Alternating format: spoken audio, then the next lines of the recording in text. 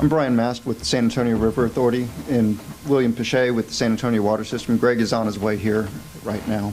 With the Water Committee, the Mission Reach project is complete in San Antonio. We have people out there exercising, kayaking, biking, running, jogging with their families. With that, $58 million of that project was advanced by the local sponsor.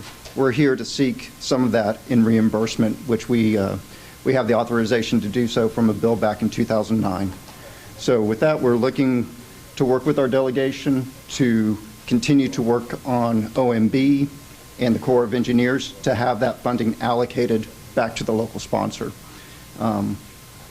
With the FY14 budget being passed, that money is already appropriated. So having it allocated by the Corps of Engineers shouldn't be a major lift. Still a big lift to get money back to the local community when no jobs are tied to it because the jobs are complete. Anyway, that's one of our issues, and Billy's going to present the last two. Good morning, everybody. We at SAWS are very interested in several pieces here in Washington, D.C. As you well know, we are looking to get into desalinating brackish groundwater, and that project, of course, is very good, but it is very expensive. One of the things we want to do is to get some federal government interest through the Army Corps of Engineers, and that unfortunately requires Congress to authorize the Army Corps to work with us. And under the rules of the House of Representatives and the Republican Conference and the Senate, that is an earmark, and you can't do it. So the bill that is before Congress right now, the Water Resources Reform and Development Act, has two provisions that would allow projects to be authorized in Congress. We're very interested to see this bill passed so that way we at least have some avenues that we can pursue to get this federal interest.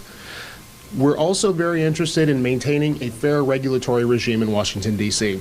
As you well know, if you have a burdensome regulatory regime, that means increased rates for you.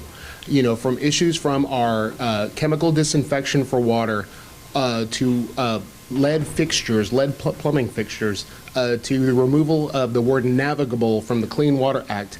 If those things happen, that means that you're going to have much more burdensome regulation from Washington, D.C. We want to ensure that all of our operations and maintenance, the choices are done locally.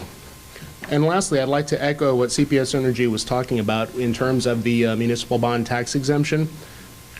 When you're looking at a huge project like brackish groundwater desalination, that is a massive amount of capital. The funding for that can't come solely from rates. We have to sell municipal bonds, that way we can fund such huge projects. If we don't have that capability to do that, it's going to fall on the ratepayer. Your rates are going to go way up to pay for this. So the biggest thing that we want to do is make sure that that exemption is maintained, and that way we can ensure that this robust public-private partnership can continue.